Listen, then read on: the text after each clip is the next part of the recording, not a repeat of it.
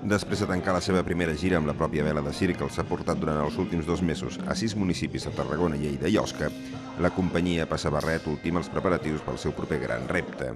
Enrere queden els 3.500 espectadors que han seguit el projecte itinerant del Tandarica Circus Experience, i a l'horitzó s'albira un viatge a Jordània de caràcter solidari per col·laborar amb Pallassos Sense Fronteres i portar un somriure als camps de refugiats de la zona.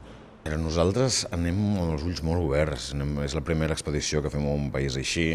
La veritat, nosaltres tenim un estil personal, artístic, molt provocador, i precisament en països així no es va provocar, es va exercir un treball molt més blanc de pallasso i de circ, en el que vas a oferir, el que pretens és que durant una estona, l'estona que dura el teu espectacle, s'oblidin dels problemes, riguin i s'ho passin el millor possible, que se n'adonin que hi ha esperança.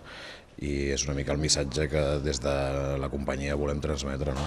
La companyia Passabarret es desplaça a Jordània al complet amb els seus 4 membres, als quals se'ls afegeix Dani Cercós, que també ha col·laborat com a artista convidat en l'última gira dels ballencs. Els integrants de l'expedició marxaran el 20 de novembre i allargaran la seva estada a Jordània fins al 4 de desembre. La companyia ballenca preveu realitzar un parell de passis diaris de l'espectacle que preparen als diferents camps de refugiats escampats per aquest territori.